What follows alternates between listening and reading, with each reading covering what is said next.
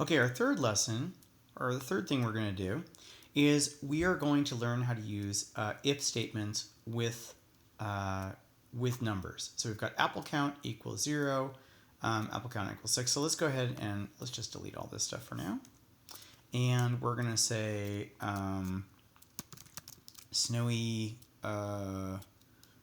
age. So that's Snowy's age equals 5. She's 5. Okay, if Snowy age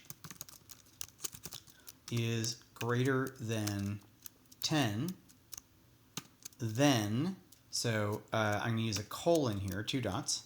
Notice how it indents the next line because it's going to figure out what to do after this if statement. Print Snowy is an old dog. Okay, so I'm going to go ahead and run this.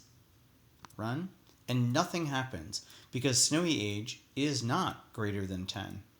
If I say Snowy age equals 15 and hit run, Snowy is an old dog.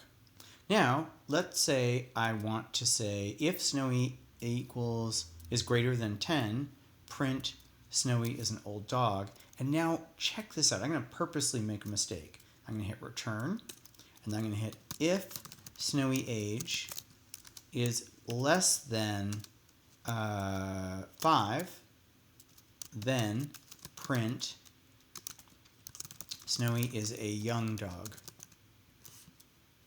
Now, check out what this is doing. Do you see how this if then indents to here? Notice how this if indents to here. So what this is telling me, the indentations are very important, is that this if will only be executed if this is true. So let's say I say Snowy is 3, okay, and I hit run. I want it to say Snowy is a young dog, but it actually will say nothing because it never got to this if statement because it immediately rejected if Snowy age is greater than 10. So what I need to do is I need to dedent, in other words, move all this stuff left. And I'm going to go ahead and do that by hitting this here. And I think, no, is there a way to dedent? I wonder if Shift Tab will do it. No.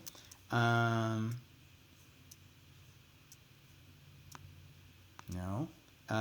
Let's see. Oh, what if I click on this?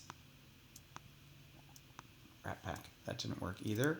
I'm just going to have to dedent it one at a time. So I go ahead and dedent these two regions. And now these two ifs are at the same level, if you will. So first it's going to check this. If Snowy age equals 10, check this. If Snowy age is less than 5, do this. So now I'm going to hit run. Snowy is a young dog. Now, one thing you may not want to do is you may not want it to check this, right? Let me think of an example of when you wouldn't want to do this. If Snowy is, oh, here you go. If let's say Snowy is 11, and if Snowy age is less than 15, say Snowy's a young dog. Okay, so this is kind of silly, but it's going to run and it's going to say both of these things. Is an old dog, is a young dog. What if I didn't want it to do this second line if this was true? There's actually another function called else if, which means, and you write it like this, elif. So if this is not true, do this. This means else. So if Snowy is not greater than 10, then elf if she's younger than 15. So here, it's only going to do the old dog because this is true. I don't use else if very often, but it does work that way. This is how you could do if statements. So this is your very first if statement program. Okay, cool. And let's go ahead and save this as, how do I change that? Nope. There we go. You had to click on it. And I'm going to say this is if statements. Save. And that is our next little video.